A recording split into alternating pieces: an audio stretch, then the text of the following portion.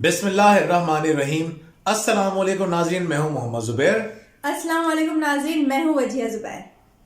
नाज़रीन, वो कौन सी माएँ होती हैं जिनके बच्चे काबिल, कामयाब और सेहतमंद ज़िंदगी गुजारते हैं? इस सिलसिले में बड़ी ज़बरदस्त रिसर्च हुई। हार्वर्ड यूनिवर्सिटी ने 70 साल तक लोगों की ज़िंदगी का जायज़ा लिया और ये देखा कि वो कौन सी खूबी है जो उन्हें मालदार बना रही है, कामयाब बना रही है, सेहतमंद बना रही है, काबिल भी बना रही है।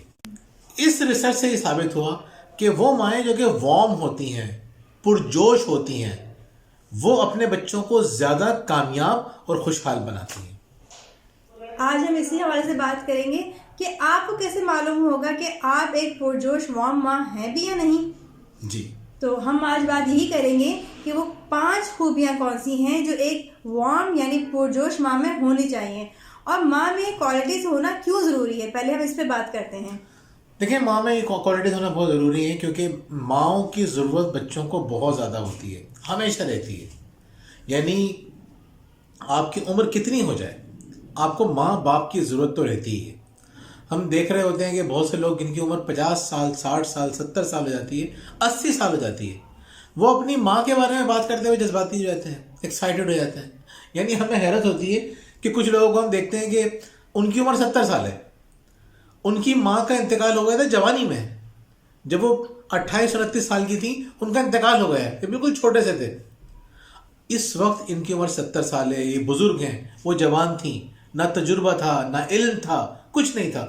उसके बावजूद माँ का जिक्र करते हुए जज्बाती हो जाते हैं, एक अकीदत से जिक्र कर रहे होते हैं। तो माँ की ज़रूरत तो सबको रहती है। मैंने आपको एक दफ़ा बताया था, एक कर्नल साहब हैं, कर्नल अंसारी, कराची यूनिवर्सिटी में होते थे। तो वो, उनकी एज तकरीबन 74, रिटायर्ड। कहने लगे कि मैं अपनी माँ के पास जब गया तो मेरी माँ जो है, मुझे बीमार थी उनकी माँ, उनकी वालदा हयात थी उस वक्त, कि मेरी गर्दन पे हाथ रखने लगी, यहाँ पे हड्डी पे। कहने लगे कितना कमज़ोर हो रहा है, क्या तू खाता नहीं है। ये बात कह के वो रोने लगे कि मेरी माँ को, यानी आप अंदाज़ा करें कि एक फ़ौजी ऑफिसर और कर्नल रैंक का, और इतनी उम्र उसकी हो गई, उसके बावजूद भी उसकी माँ का ये जुमला उसके लिए इतना इंपॉर्टेंट था कि वो रो रहा था आंसुओं से, मतलब लिटरली वो आंसुओं से रो रहा था। तो इम्पॉर्टेंट बात यह है कि हम इस बात को समझें कि माँ का जो एक रिश्ता है और माँ की ताकत है, उसका हम अंदाज़ा नहीं कर सकते माँ क्या कुछ कर सकती है। और इस रिसर्च ने भी ये साबित किया। बिल्कुल ऐसा ही कि कहते कामयाब हैं लोगों के कि पीछे माँ की जो ज़रूरत है वो इंसान को हर उम्र में रहती है, बिल्कुल। चाहे वो बच्चा हो या बूढ़ा हो जाए। अल्लाह ताला ने जितनी सलाहियतें और जितनी खूबियाँ एक माँ के रिश्ते में रखी हैं, इतनी शायद किसी और रिश्ते में रखी हों। बिल्कुल ऐसा ही है। तो आप बताएं कि वो एक वार्म मदर के अंदर क्या खूबियाँ होती हैं। उससे पहले मैं एक बात की और वजाहत कर दूं कि बहुत से लोग हम एतराज़ करते हैं या सवाल करते हैं कि हम इतनी लंबी वीडियो क्यों बनाते हैं। देखिए, लंबी वीडियो बनाना बड़ा ज़रूरी होता है, हमें ज़बरदस्ती लंबी वीडियो बनाने की ज़रूरत नहीं होती। लेकिन एक शख्स वो है जिसने किसी मौजू पे एक सफ़ा पढ़ा, एक शख्स वो है जिसने उस मौजू पे पूरी किताब पढ़ी, दोनों बराबर हो सकते हैं। हम कोशिश करते हैं कि अपनी हर वीडियो के अंदर एक पूरी किताब जितना कंटेंट कवर करते हैं। ये जो हम आपको बातें बता रहे हैं, इस मौजू पे किताबें लिखी हुई हैं, हम उन किताब को समराइज कर रहे होते हैं, उस किताब की विजडम, हिकमत, दानाई आपको एक वीडियो में दे रहे हैं। तो अगर वो कभी बाज़ औक़ात 15 मिनट, 20 मिनट, 25 मिनट की हो जाती है तो हमें शौक नहीं है कि हम लंबी लंबी वीडियो बनाएं, वो वीडियो की डिमांड होती है।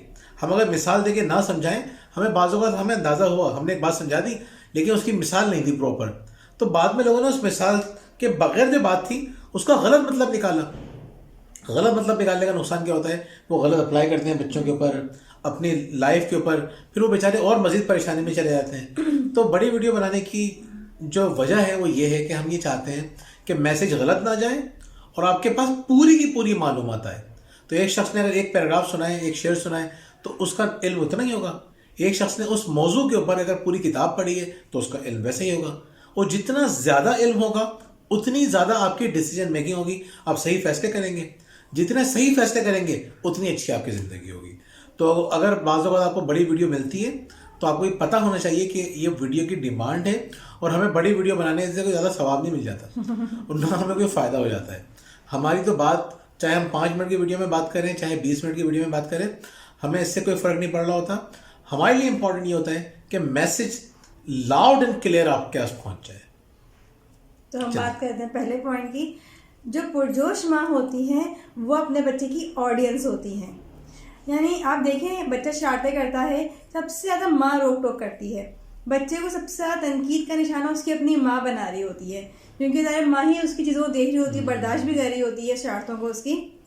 तो हमें बच्चों को रोक टोक नहीं करनी, बच्चों के साथ अप्रिशिएट करना है, उनकी खुशी में खुश होना है। अगर वो शरारतें कर रहे हैं, देखिए जो बच्चा कॉन्फिडेंट होता है ना, वही शरारतें करता है। बिल्कुल।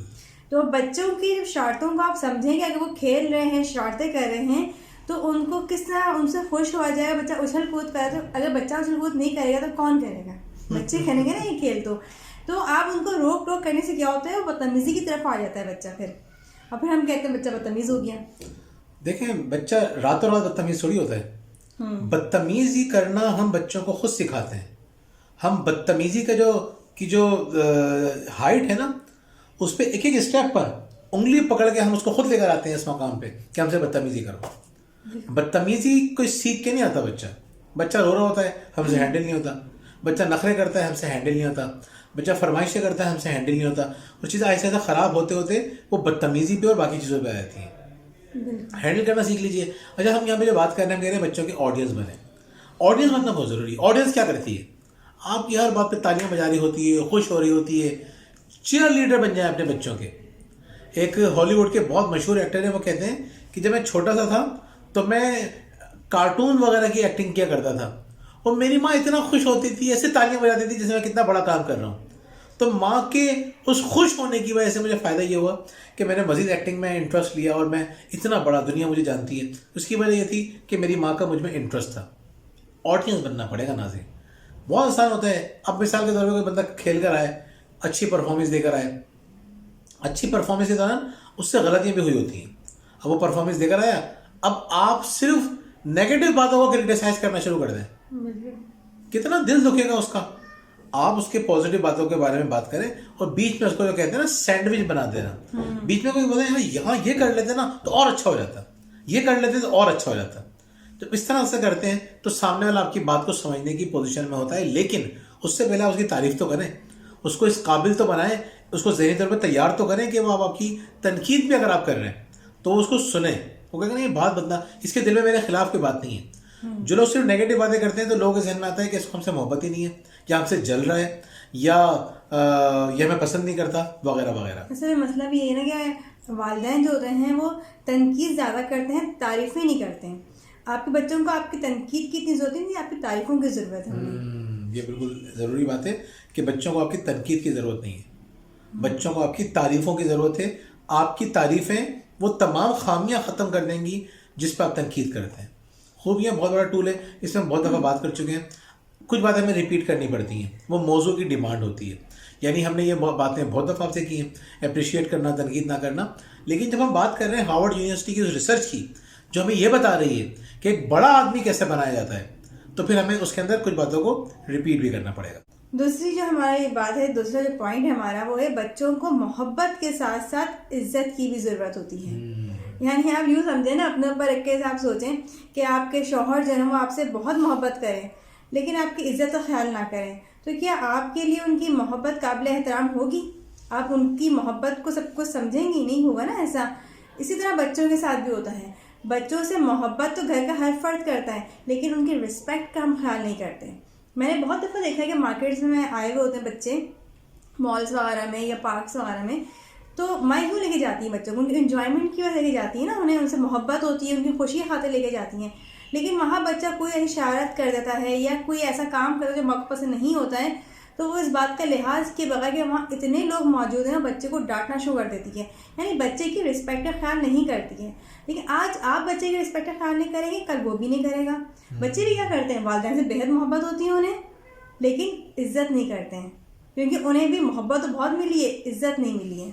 ये बहुत अहम बात है कि बच्चे देखें, माँ को छोड़ के चले जाते हैं, इज्जत नहीं करते हैं। लेकिन जब उनका जिक्र होगा माँ का, तो उनके दिल में एक मोहब्बत तो होती है। माँ के जिक्र के ऊपर वो बेचैन भी हो जाते हैं, एक एहसास निदामत भी होती है, सब होता है। लेकिन वो जो इज्जत देने वाली बात होती है ना, बात बात पे आग बगोला जाते हैं, लड़ना शुरू कर देते हैं, बदतमीज़ी शुरू कर देते हैं। क्यों? माँ बाप ने भी ये किया होता है। मोहब्बत बहुत करेंगे लेकिन इज्जत नहीं करेंगे। तो हम ये समझते हैं कि इज्जत देना ज़्यादा ज़रूरी है मोहब्बत देने से। अच्छा, तीसरा पॉइंट ये है कि बच्चों को इसका मतलब ये नहीं कि मोहब्बत का एहसास ना दिलाएं। तीसरा ये है कि बच्चों को मोहब्बत का एहसास दिलाएं। और बदकिस्मती से हम ये भी काम नहीं करते।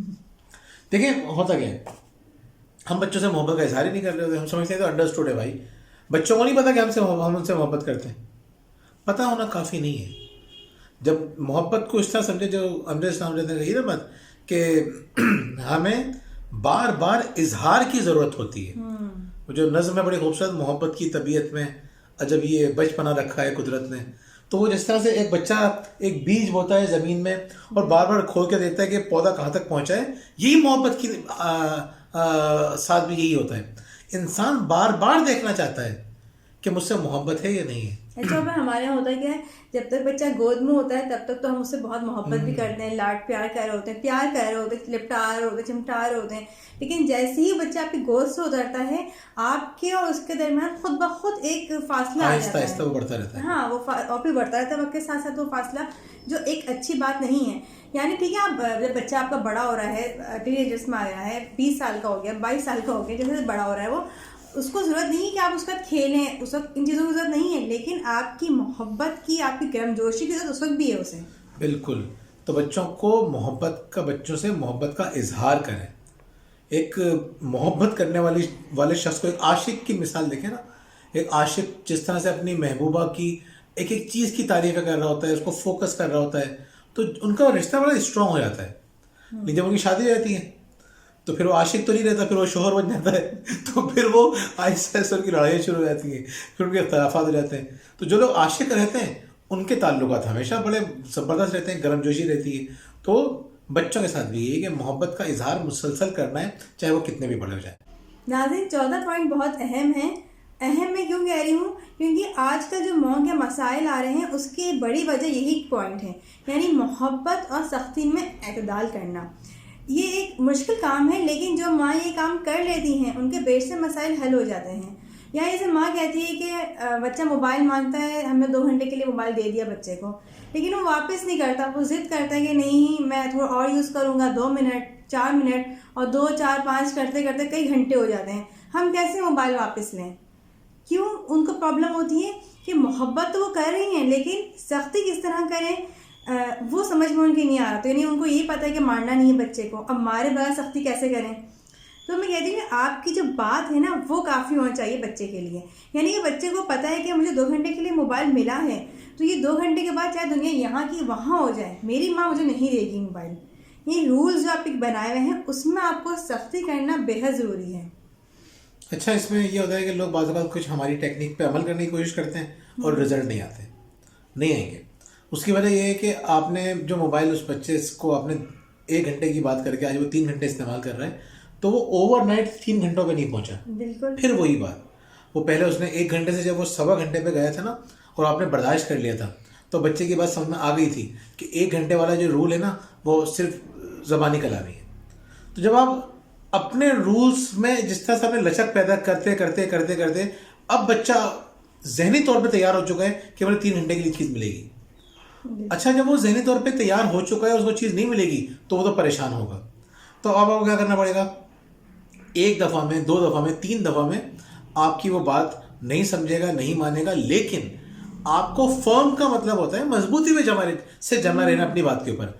इसका मतलब डांटना, मारना, बदतमीजी करना नहीं होता, इंसल्ट करना नहीं होता। नहीं बेटा, आपको ये नहीं मिलेगा। इस कहने में आपके बदतमीजी नहीं होनी चाहिए, बदतमीजी मतलब इंसल्ट नहीं होनी चाहिए। आप मना कर दें। बिल्कुल। अब ऐसे कल की बात है कि हरमीन जो थी वो अपने ट्यूशन से आई, तो मैं ट्यूशन के आने के बाद उनसे कहती हूँ अपना जो होमवर्क मिला है फ़ोन कंप्लीट कर लो। वो आए और कह रही कि नहीं मुझे बाहर खेलने के ही जाना है। तो मैंने कहा नहीं, अपना होमवर्क कंप्लीट कर लो, पीछे जाना। 10 मिनट वो दोबारा आ गई, बाबा मैं जा रही हूँ बाहर। तो जुबैर ने फ़ौरन कहा तुमने तो होमवर्क कंप्लीट कर लिया है? कह रही नहीं, मैंने पहले होमवर्क कंप्लीट करना है। अभी कहिए 3 दफ़ा आई हो पूछने के लिए हमारे पास, लेकिन हमने कहा नहीं, होमवर्क कंप्लीट हो गया है तो जाओ, नहीं हुआ है तो नहीं जाना बाहर। उसने होमवर्क कंप्लीट किया, कॉपीज ला के दिखाई, उसके बाद हमने बाहर जाने दिया। तो आपको इसी तरह करना है कि बच्चा आपसे 10 दफ़ा आएगा पूछने के लिए, 10 दफ़ा कहेगा कि भाई मुझे इस वक्त ये काम करना है, लेकिन अगर आपने कह दिया इस टाइम ये काम नहीं होगा, पहले ये काम है उसके बाद ये वाला काम करना है, तो आपको अपनी बात पे कायम रहना है। अच्छा, फिर बहुत से लोग ये कहेंगे बच्चे हमसे पूछे बगैर चले जाते हैं। तो ये पूछे बगैर जाने का कल्चर भी इसी तरह से डेवलप हुआ। आपने पहली दफ़ा जाने दिया तो बस उसका फिर पाँव पड़ गया, अब वो बगैर पूछे आपसे जा रहा है। सारी आदतें ऐसी होती हैं, आहिस्ता आहिस्ता आहिस्ता आहिस्ता करके मजबूत होती हैं। तो आपको एक एक करके आदतों को पकड़ना है और उनको अपनी डिसिप्लिन करना है बच्चों को। खैर, तो फर्म होने का मतलब ये है कि अपनी बात पे कायम रहिए और इस दौरान एतदाल को अपने हाथ से मत छोड़िए। मोहब्बत में और फर्मनेस के अंदर आपका एतदाल बहुत ज़रूरी है। खैर, अगला पॉइंट है हमारा बच्चों पे भरोसा करें आप। भरोसा करें। अच्छा, बच्चों पे भरोसा करने की हम बात करें ना, मैं आपको बताऊं, मैं 1998 से पढ़ा रहा हूँ मुसलसल, और 2007 से तो मुसलसल ट्रेनिंग्स करवा रहा हूँ। तो मैंने सबसे बड़ा हमें जो टारगेट हमारे सामने रहा है ना, यही समझ लीजिए सबसे ज़्यादा हमें परेशानी का सामना हुआ है, वो क्या हुआ है? वो ये हुआ है कि लोगों को ये एहसास दिलाना कि तुम कर सकते हो। यकीन करें, लोग ये बात मानने के लिए तैयार ही नहीं है कि हम कर सकते हैं। हम उन्हें बता रहे होते हैं, भाई तुम अशरफुल मखलूकात हो, तुम क्या कुछ नहीं कर सकते। वो कहते हैं नहीं यार, हम कहाँ, हम इस काबिल कहाँ हैं। ये जो सोच है ना, हम इस काबिल कहाँ हैं। मुझे यकीन करें, छोटे बच्चों से लेकर यूनिवर्सिटी के स्टूडेंट्स तक और बड़ी बड़ी कंपनीज के मैनेजर्स तक मुझे ये बात नजर आई है कि हम लिमिटिंग बिलीफ, हम तो कर ही नहीं सकते। और जिन मैनेजर्स को मैं जानता हूँ जिनमें ये बात नहीं है कि हम नहीं कर सकते, अनस्टॉपेबल होते हैं वो। मैं आपको उन लोगों के बारे में मैं मजीद किसी दिन बताऊंगा। मिसाल के तौर पर हमारे एक दोस्त हैं फैसल वारिस राव, इतने ज़बरदस्त मैनेजर है, जिस कंपनी में जाते हैं वो कंपनी ऊपर जाना शुरू हो जाती है। और मैं छोटी मोटी कंपनीज की बात नहीं कर रहा हूँ, बड़ी बड़ी कंपनीज की बात कर रहा हूँ। इतने ज़बरदस्त बंदे हैं वो। क्यों? उनमें वो कभी ये नहीं कहेंगे आपसे यार ये तो हो ही नहीं सकता, ये तो नामुमकिन है। आप उन्हें काम बताएं, वो कहेंगे हो जाएगा। बच्चों में ये ट्रस्ट डेफिसिट आ जाता है ना, बच्चे भरोसा नहीं कर रहे होते अपनी सलाहियतों पे, हम कर ही नहीं सकते। इतना ख़तरनाक है ये, उनकी पूरी पर्सनैलिटी ख़राब कर देता है। तो क्या कहेंगे आप इस ट्रस्ट के बारे में कि ट्रस्ट कितना ज़रूरी है? बिल्कुल, ट्रस्ट बहुत ज़रूरी है बच्चों पे। देखें, आजकल मॉम की जो कॉल्स आ रही होती हैं, हमारे कमेंट्स भी आ रहे होते हैं।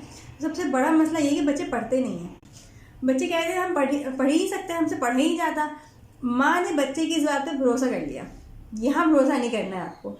आपको ये भरोसा होना चाहिए कि नहीं, मेरा बच्चा पढ़ेगा, पढ़ सकता है। आपको बच्चे की जो उसके अंदर एबिलिटीज़ हैं उन पे आपको भरोसा होना चाहिए। आप बच्चे को लेके बैठे हैं, उसे बताएंगे कि तुम्हें किस तरह से पढ़ना है, किस तरह अपना काम तुम्हें कंप्लीट करना है। यानी जो बच्चे का एक बिलीफ बन गया कि नहीं मैं तो पढ़ ही नहीं सकता, आपको उसका बिलीफ चेंज करना है। हमें उसे भरोसा करना है कि वो कर सकता है काम। ये मसले जो हैं आजकल बहुत ज़्यादा इसी वजह से हो रहे हैं कि हम बच्चों में भरोसा नहीं कर रहे हैं।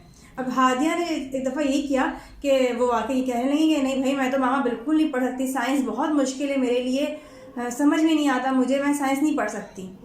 तो मैंने कहा क्या मुश्किल है तुम्हारे लिए? कोई मुश्किल नहीं, तुम तो सब सब्जेक्ट इतने अच्छे पढ़ती हो, तो साइंस क्यों नहीं पढ़ सकती तुम? मैं उसको लेके बैठी हूँ, थोड़ी देर में कहने लगी नहीं मामा बहुत आसान है ये। तो जब आप बच्चे से कहेंगे नहीं तुम क्यों नहीं पढ़ सकते हो, कोई मुश्किल नहीं पढ़ाई और तुम तो शुरू से इतना अच्छा पढ़ते आ रहे हो, अब भी थोड़ी मेहनत करो और अच्छा पढ़ लोगे। तो इस भरोसे की ज़रूरत है आपके बच्चे को। अच्छा, इसका भरोसा बनाने के लिए थोड़ा सा आपको काम और भी करना पड़ता है। जैसे साइंस की उन्होंने बात की, तो साइंस की हमने बड़ी ज़बरदस्त एप्लीकेशन निकाली, जैसे बायजूस हो गई या पाकिस्तान साइंस क्लब हो गया या और इस तरह की कुछ और। हमने बड़ी इंटरेस्टिंग सी साइंस की एप्स निकाली या हमने चैनल निकाले और हमने बच्चों के साथ वो देखना, खुश देखना शुरू कर दिए। अब उसका फ़ायदा क्या हुआ, हमारे घर के पास एक पार्क है जो किडनी हिल पार्क है। हम बच्चों को वहाँ लेकर गए तो बाकी सब बोर हो रहे हैं, हाथी एंजॉय कर रही हैं, क्योंकि यहाँ पे तो वो शर्व्स भी हैं, यहाँ तो याला प्लांट भी है, याला भी प्लांट है, वो वहाँ पे जंगल बनाया जा रहा है। तो वो बड़ी एक्साइटेड हो गई। एक्साइटेड क्यों हुई? क्योंकि हमने थोड़ा सा कोशिश हमने ये की कि बच्चे का इंटरेस्ट डेवलप करने की कोशिश की। नाज़रीन, बच्चों की इन 5 बातों का ख्याल रखिए। दोबारा बता दें, इसलिए दोबारा बता दें क्योंकि ये 5 बातें आपके बच्चे को एक अजीम इंसान बना देंगी, कामयाब, खुशहाल, सेहतमंद इंसान बना देंगी। पहली बात ये कि बच्चे के ऑडियंस बने। ऑडियंस बनने के लिए आपको एक बात का और भी ख्याल रखना पड़ेगा, बच्चे को परफॉर्मेंस के मौके भी दीजिए। या ये क्रिएट करना आपका काम है कि बच्चा कोई परफॉर्मेंस दे रहा हो, फिर आप खुश हो रहे हो, एंजॉय कर रहे हो, ये बड़ी इंटरेस्टिंग बात है। एक गलत ये मत कीजिएगा कि कोई रिश्तेदार आ जाए तो उनके सामने बच्चे से कहें बेटा ये करके दिखाओ, ये पढ़ के दिखाओ, ये मत करें। हाँ, बच्चा अगर अपनी मर्जी से खुशी से कर रहा है तो अच्छी बात है, वरना ना करें। एक तो बच्चा भी परेशान होता है, उसका कॉन्फिडेंस भी खराब होता है और वो भी बोर हो जाते हैं जो बेचारे घर में आपसे मिलने के लिए आए थे। तो इतना उनको बोर ना करें। तो दूसरी बात ये है कि बच्चे को आपकी मोहब्बत से ज़्यादा इज्जत की ज़रूरत है। तीसरी बात क्या है?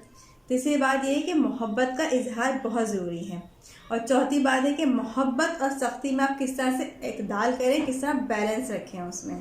और आखिरी बात ये है कि बच्चों पे भरोसे का मतलब वो नहीं है भरोसा, हमें तुम पे भरोसा जो दिल चाहे करके आ जाओ, तो फिर वो जो दिल चाहे करके आ जाते हैं। बच्चों पे भरोसा का मतलब ये होता है कि बच्चों की सलाहियतों पे भरोसा होना इतना ख़राब हो गया हमारे माशरे में ये काम। आप यकीन करें, इस जुमले का गलत इस्तेमाल, हमें अपने बच्चों पे भरोसा है। कभी सोचा भी है आपने इस जुमले का मतलब क्या है? मतलब हमारी बेटी रात को कितने भी बजे बाहर से घूम फिर के आए, हमें भरोसा है। ये भरोसा नहीं कर रहे आप अपनी जान छुड़ा रहे हैं उससे, और इस जान छुड़ाने की कीमत आपको चुकानी पड़ती है, आपके बच्चों को चुकानी पड़ती है। बिल्कुल, अपने बच्चों की सलाहियतों में भरोसा करें। बिल्कुल। आपके बच्चों को आपके उस भरोसे की जरूरत नहीं है जिसको लोग आमतौर पर ले रहे होते हैं। बच्चों को इस भरोसे की जरूरत है कि आप उनकी सलाहियतों में भरोसा करें, उन्हें इस बात का एहसास दिलाएंगे तुम्हारे अंदर बहुत सलाहियतें हैं और हर बच्चे के अंदर होती हैं। बिल्कुल, इन 5 बातों का ख्याल रखें, आप एक वार्म मदर बनेंगी। और ये माओ की ही नहीं, बाप को भी ये सारे के सारे काम करने की ज़रूरत है, एक वार्म फादर बनने की ज़रूरत है। इन 5 बातों का ख्याल रखें, इंशाल्लाह आप देखेंगे कि आपके बच्चे कितनी तरक्की करते हैं, और इस तरक्की का फ़ायदा उनको और आप दोनों को और पूरी सोसाइटी को कितना होता है। बहुत शुक्रिया। अल्लाह हाफ़िज़। अल्लाह हाफ़िज़।